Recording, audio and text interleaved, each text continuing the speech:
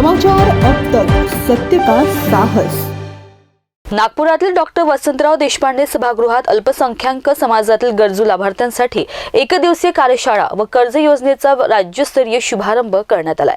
अल्पसंख्याक प्रवर्गातील नागरिकांचे अजूनही अनेक प्रश्न आहेत। त्यातील मुसलमान समाजाची परिस्थिती ही बेताची आहे।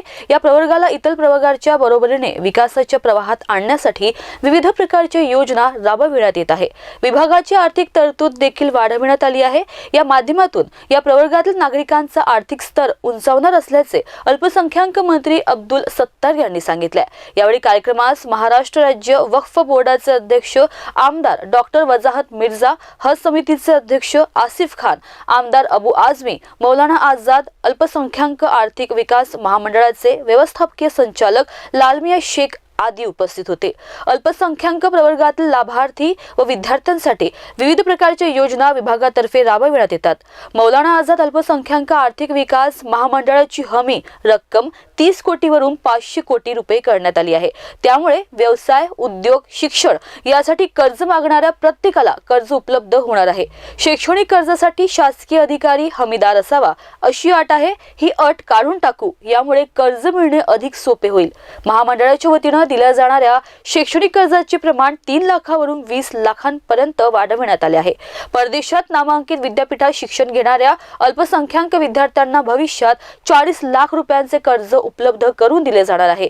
अल्पसंख्याक प्रवर्गातील महिलांना आर्थिकदृष्ट्या स्वयंपूर्ण करण्यासाठी गटाच्या महिलांना 2 लाख रुपये कर्ज देण्यात आले आहे। अल्पसंख्याक विद्यार्थ्यांसाठी शिष्यवृत्तीची रक्कम 25,000हून 50,000 रुपये करण्यात आली आहे। विद्यार्थ्यांना शिष्यवृत्तीची माहिती देऊन जास्तीत जास्त विद्यार्थ्यांना ही शिष्यवृत्ती वाटप केली जावे असे त्यांनी सांगितले।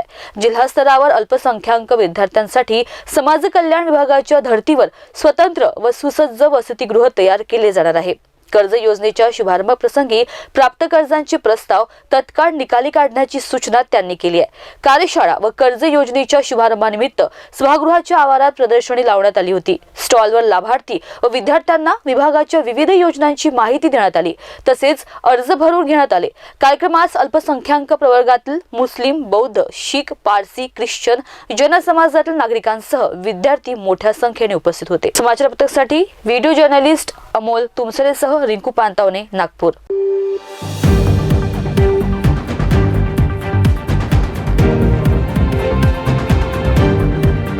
समाचार अब तक, सत्य का साहस। समाचार